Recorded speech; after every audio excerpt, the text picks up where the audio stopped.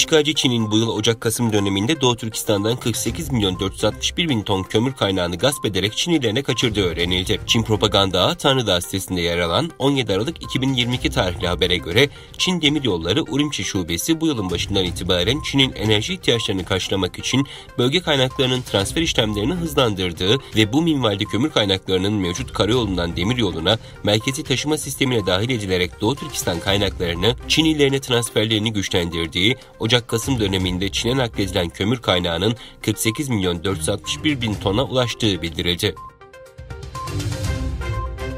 İstanbul Borini Üniversitesi'nde düzenlenen Ailem Nerede konulu fotoğraf ve kültür sergisinde Çin Komünist Hükümeti'nin Uygurlara yönelik soykırımı ve Uygur kültürü tanıtıldı. Etkinlik öğretmen ve öğrencilerin ilgisini çekti. Öğretmen ve öğrenciler Doğu Türkistan'daki soykırımın durumu ve toplama kampları hakkında bilgi aldı. Çin, ABD'nin Tibet'te görev yapan 2 Çinli yetkiliyi yaptırım listesine almasına karşılık 2 ABD'li yetkiliye yaptırım uygulayacağını bildirdi. Çin Dışişleri Bakanlığı, eski ABD Dışişleri Bakanı Mike Pompeo'nun baş danışmanıyla Kongre Yürütme Çin Komisyonu Müsteşar Yardımcısına yaptırım kararı aldı.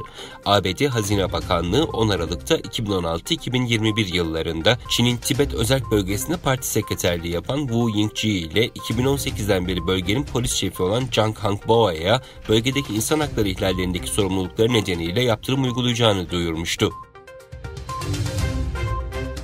Çin Ulusal Sağlık Komisyonu'nun tutanaklarına göre ülkede günlük COVID-19 vaka sayısının 37 milyonla rekor seviyeye ulaştığı tahmin ediliyor. Bu günlük vaka sayısı Ocak 2022'de açıklanan yaklaşık 4 milyonluk rekor vaka sayısını gölgede bırakıyor. Hindistan batılı bankaların maaşları açısından ilk kez Çin'i geride bıraktı. World News'in bir raporuna göre dünyanın en büyük yatırım bankaları bu yıl Hindistan'da Çin'den daha fazla işlem ücreti kazandı. Uluslararası danışmanlık şirketi Dolgich'e göre yabancı bankalar bu yıl Hindistan'dan 231 milyon dolar ve Çin'den 204 milyon dolar birleşme ve devralma hakkı aldı. ABD Dışişleri Bakanı Antony Blinken, Çin Dışişleri Bakanı Wang Yi ile 22 Aralık'ta yaptığı telefon görüşmesinde Çin'in COVID-19 salgınına ilişkin şeffaflığının önemini vurguladı. İki ülkenin Dışişleri Bakanları arasındaki telefon görüşmesi, Çin'in COVID-19 virüsünün yeniden dirilişinin küresel endişeleri yeniden alevlendirmesi ve Çin'in virüsten ölenlerin sayısını gizlediğine dair şüpheleri arttırmasının ardından geldi. Dışişleri Bakanlığı Sözcüsü Ned Price, 22 Aralık'ta yaptığı açıklamada, Blinken ve Wang Yi'nin mevcut COVID-19 durumunu tartıştığını ve Blinken'ın uluslararası topluma açıklığın önemini vurguladığını söyledi.